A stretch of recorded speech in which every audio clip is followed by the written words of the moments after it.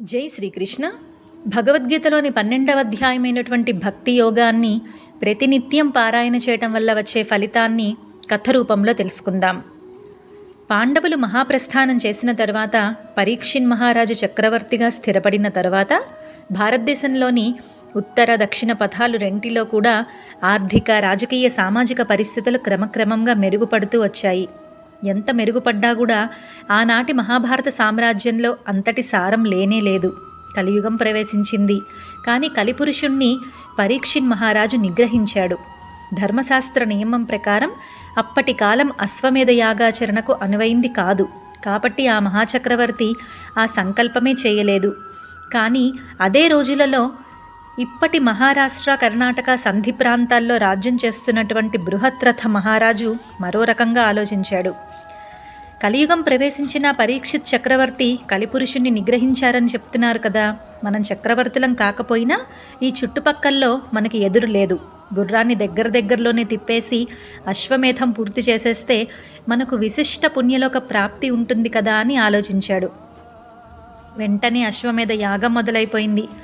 అశ్వం వెంట రక్షకుడిగా యువరాజు గారు వెళ్లాల్సి ఉంది. కానీ బృహద్రథ మహారాజు గారి ఆరోగ్యం అంతంత మాత్రంగా ఉంది. యువరాజు గారు రాజధానిలో లేకపోతే పరిపాలన మరీ దెబ్బతింటుంది. అందువల్ల ముఖ్య సేనాపతితో పాటు ఉపసేనాపతులలో కొంతమందిని అశ్వరక్షకులుగా పంపాల్సి వచ్చింది. ఈలోగా బృహద్రథ మహారాజు గారికి రోజు రోజుకి ఆరోగ్యం క్షీణించింది.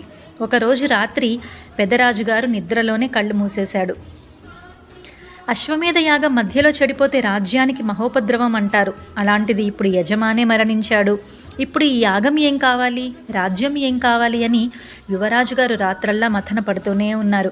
తెల్లారేసరికి ఆయన నెత్తి మీద మరో పిడుగులాంటి వార్త పడింది. యాగాశ్వం కనిపించటం లేదు అని. వెంటనే పండిత సమావేశం ఏర్పాటు చేశారు. ప్రసిద్ధులైన మంత్రవేత్తలను పిలిపించారు. మంత్రవేత్తలు ఏకకంఠంగా, నీ గుర్రం పారిపోలేదు, దేవేంద్రుడే దాన్ని ఎత్తుకుపోయారు. మీ వారికి దాన్ని ఆపే శక్తి లేకపోయింది అని చెప్పారు. సరే, జరిగిందేదో జరిగింది. ఇప్పుడు నా కర్తవ్యం ఏంటో చెప్పమన్నాడు యువరాజు. పండితులు చర్చలు చేసి చివరికి ఇలా చెప్పారు. యువరాజా, మీ నాన్నగారితో పాటు మీరు కూడా యజ్ఞ దీక్షలో ఉన్నారు. అందువల్ల యాగం ఉన్నట్టుండి చెడిపోదు. మీరు యాగదీక్షలో ఉన్నారు కాబట్టి మీ నాన్నగారి శవదహనం చేసేదాకా మీకు మృతాశౌచం రాదు. మీరు కొల్హాపుర మహాలక్ష్మి అమ్మవారి యొక్క ఉపాసకులు.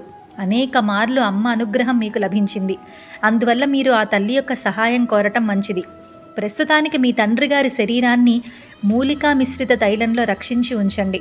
మీరు అమ్మ దర్శనానికి వెళ్ళండి, అక్కడ ఉపాసన చేయండి.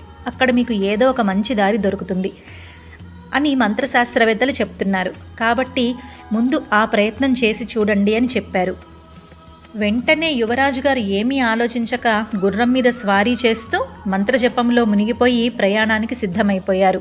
ఆయన రాత్రంతా ప్రయాణం ఆపకుండా కొనసాగించి తెల్లారేసరికి కొల్హాపూర్ మహాక్షేత్రపు పొలిమేరలలోకి చేరారు. అప్పటికి కొల్హాపురము ఒక మహారాజధానిగాను ఒక మహాక్షేత్రంగాను కూడా వెలిగిపోతూ ఉండేది. సిద్ధిక్షేత్రంగా దానికి గొప్ప ప్రసిద్ధి ఉంది. అనేక మంది తపస్సిద్ధులు, మంత్రసిద్ధులు, యోగసిద్ధులు కూడా అక్కడ నిగూఢంగా ఉంటున్నారనే ప్రసిద్ధి ఉంది. అక్కడ కోటి తీర్థాలు, కోటి శివలింగాలు కూడా అప్పట్లో విస్పష్టంగా ఉండేవి. తెలతెలవారుతూ ఉండగా యువరాజు గారు క్షేత్రంలోకి ప్రవేశించారు. వచ్చే దారిలో ముందుగా ఆయనకు మణికంఠ తీర్థం తగిలింది. యువరాజు గారు గుర్రం దిగి తన దుస్తులు మార్చుకొని అక్కడి యాత్రికులలో కలిసిపోయి తీర్థంలో స్నానం చేసి సంధ్యావందనాది నిత్య కృత్యాలన్నీ పూర్తి చేసుకున్నారు. ఒంటి నిండా విభూతి పూసుకున్న వినీత వేషంతో ఆ రాజకుమారుడు సరాసరి మహాలక్ష్మి మందిరానికి చేరాడు. ఈ తల్లి మహాకాళి, మహాలక్ష్మి, మహాసరస్వతి అనే దేవతాత్రయంలోని మహాలక్ష్మి. ఈవిడ సాక్షాత్తు శక్తి స్వరూపిణి. ప్రతిరోజు మధ్యాహ్న వేళకల్లా సాక్షాత్తు దత్తాత్రేయ స్వామి ఇక్కడికి వచ్చి ఈ మహాతల్లి దర్శనం చేసుకుంటున్నారంటే ఆ తల్లి మహిమల గురించి వేరే వర్ణనలెందుకు? రాజకుమారుడు ఆ తల్లి తత్వాన్నే భావన చేస్తూ ఆ తల్లికి ఎదురుగా నిలబడి సాష్టాంగ వందనం చేసి మళ్ళీ నిలబడి లోపలే ధ్యానించటం మొదలుపెట్టాడు. ఇలా మొదలు పెట్టాడో లేదో ఎదురుకుండా ఏదో అలికిడి. ఏమిటా అని కళ్ళు తెరిచి చూస్తే ఎదురుకుండా అమ్మవారు. నీకేం వరం కావాలో కోరుకో నాయనా అని అడిగింది ఆ తల్లి. దేవి, నా తండ్రి అయిన బృహద్రథ మహారాజు అశ్వమేధ యాగం చేస్తూ రోగగ్రస్తుడై మరణించాడు. అతడి శరీరం చెడకుండా తైలద్రావకంలో భద్రపరిచాము. యాగాశ్వం ఎక్కడికో పారిపోయి ఎంత వెతికినా కనబడట్లేదు. కాబట్టి తల్లి, ఆ గుర్రాన్ని తిరిగి మాకు ఇస్తే యాగాన్ని పూర్తి చేసి పితృ రుణాన్ని తీర్చుకుంటాను, అనుగ్రహింపుమని ఆ రాజకుమారుడు ఆ తల్లిని ప్రార్థించాడు. వెంటనే ఆ తల్లి, నా ఆలయద్వారమున సిద్ధ సమాధి అని పేరుగల ఒక యోగి బ్రాహ్మణుడున్నాడు, అతడు నీ కోరికను నెరవేరుస్తాడు అని చెప్పి అంతర్ధానమైంది. రాజకుమారుడు సిద్ధయోగి దగ్గరికెళ్ళి నమస్కరించి తన సమస్యను తెలియజేశాడు. సిద్ధయోగి ధ్యానంలోకి వెళ్ళాడు. వెంటనే కొద్దిసేపటికి కళ్ళు తెరిచి, ఇక్కడ కూర్చుంటే ఆ పని కాదు, అమ్మ ఆజ్ఞ అయిందికా, యజ్ఞవాటికకే పోదాం పదా, నువ్వు కొంచెంసేపు కళ్ళు మూసుకొని అమ్మవారిని ప్రార్థించు అన్నాడు. రాజకుమారుడు అలాగేనని కళ్ళు మూసుకున్నాడు. కళ్ళు తెరిసేసరికి యాగాశ్వము, తను, సిద్ధయోగి అందరూ తన రాజధానిలో తన యాగశాల ముంగిట్లో ఉన్నారు.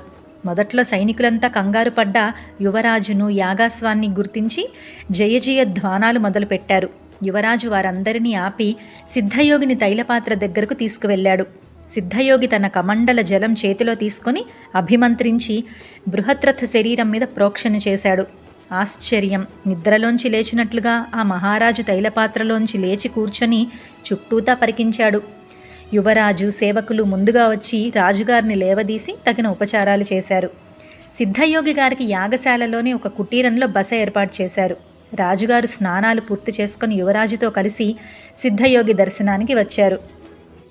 మహారాజుగారు సిద్ధయోగితో మాట్లాడుతూ, మహాత్మా, మీ తపశ్శక్తి లోకోత్తరంగా ఉంది, దేవతలనే ఆజ్ఞాపించగలుగుతున్నారు, క్షణంలో ఆకాశగమనం చేయటమే కాదు చేయిస్తున్నారు. ఇవన్నీ ఒక ఎత్తు, మరణించిన వాణ్ణి కూడా బతికించటం ఒక ఎత్తు.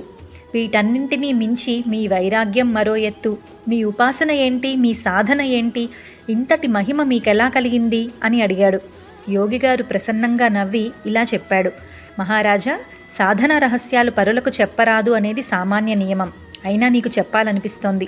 నీ దగ్గర కీర్తి చాపల్యం కొంత ఉన్నా సాధనా దృష్టి ఉంది. నీ కొడుకు నీకన్నా పవిత్రుడు. ముఖ్యంగా అతడి కోసమే కొన్ని రహస్యాలు చెప్పాలనిపిస్తోంది. మొదట్లో నేను కూడా మహాలక్ష్మీదేవి యొక్క భక్తుణ్ణి. భక్తి యోగమే నా మార్గం.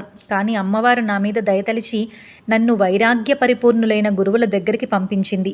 నేను వారి దగ్గర శుశ్రూష చేస్తున్న రోజులలోనే శ్రీకృష్ణ పరమాత్మ అర్జునుడికి భగవద్గీత ఉపదేశం చేశాడు. ఆ ఉపదేశాన్ని వ్యాస భగవానుడితో పాటు ఆ శిష్య పరంపరలోని వారైన మా గురువుగారు కూడా అదే సమయంలో యోగ శ్రవణం ద్వారా విని ధారణ చేసుకున్నారు. మా గురువుగారే కాదు, భరత భూఖండంలో అనేక వందల మంది యోగీశ్వరులు భగవద్గీత ఉపదేశాన్ని యోగ మార్గంలో ఆనాడు అందుకున్నారు.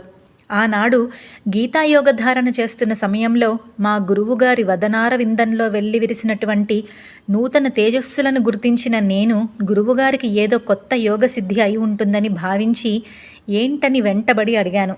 వారు చాలా కాలం ఏమీ మాట్లాడలేదు. కొంతకాలం పోయిన తర్వాత ఒకరోజు ఆయనే భగవద్గీత ఉపదేశ ఘట్టాన్ని ప్రత్యక్షంగా చూసినంత స్పష్టంగా నాకు వర్ణించి ఆ సారాన్ని కూడా సంగ్రహంగా వివరించారు. గురువుగారే నా వంక దయగా చూసి, వ్యాస భగవానుల వారు గీతా బోధను శ్లోకబద్ధం చేసి దాన్ని కూడా అనేక మంది యోగులకు యోగమార్గంలో ఉపదేశించారురా అన్నారు. నేను తమ దయస్వామి అని చెప్పి ఊరుకున్నాను. గురువుగారు మరోసారి నవ్వి, నీకు దానిలోని 12వ చాలు, దానికోసమే అమ్మ నిన్ను నా దగ్గరికి పంపింది. ఈ అధ్యాయాన్ని మంత్రంగా ఉపాసిస్తే నీ దేవి ఉపాసన అఖండ పరమాత్మోపాసనగా వికాసం చెందుతుంది. అమ్మవారి అసలు స్వరూపం అదే. 12వ మహామంత్రం విను అని నాకు ఆ ఉపదేశం చేశారు. మహారాజా, అప్పటి నుంచి నాకు అదే ఏకైక మంత్రంగా మారింది. దాంతో నాలో భక్తి, జ్ఞాన వైరాగ్యాలు పోటాపోటీగా పెరిగాయి. ఏ ఏ సిద్ధులు లభించాయో నాకే తెలీదు. అమ్మవారి ఆజ్ఞ అయింది కాబట్టి ఇవాళ ఈ సిద్ధులు వ్యక్తమైనాయి. ఇది నా శక్తి కాదు, అమ్మ సంకల్పం అంతే అన్నాడు. సిద్ధయోగీంద్రుడి సమాధానం విన్న తండ్రి కొడుకులిద్దరూ ఒకరి ముఖాలు ఒకరు చూసుకొని ఇద్దరూ ఏకకాలంలో యోగి పాదాల మీద పడి ఆ 12వ మహామంత్రాన్ని తమకు కూడా ఉపదేశించమని వినయంగా ప్రార్థించారు. యోగీంద్రుడు సమ్మతించి ఇద్దరికీ ఏకకాలంలో ఉపదేశించటం మాత్రమే కాకుండా తాను కూడా వారితో గొంతు కలిపి పెద్ద స్వరంతో ఆ అధ్యాయాన్ని అక్కడికక్కడే పలుమార్లు పారాయణ చేశాడు. దాంతో ఆ అధ్యాయం ఆ రాజ్యం అంతటా వ్యాప్తి చెందింది. ఈ విధంగా వారిద్దరూ భగవద్గీతలోని 12వ అధ్యాయాన్ని పారాయణ చేసి ముక్తిధామాన్ని అలంకరించారు. జై శ్రీకృష్ణ. జై శ్రీకృష్ణ.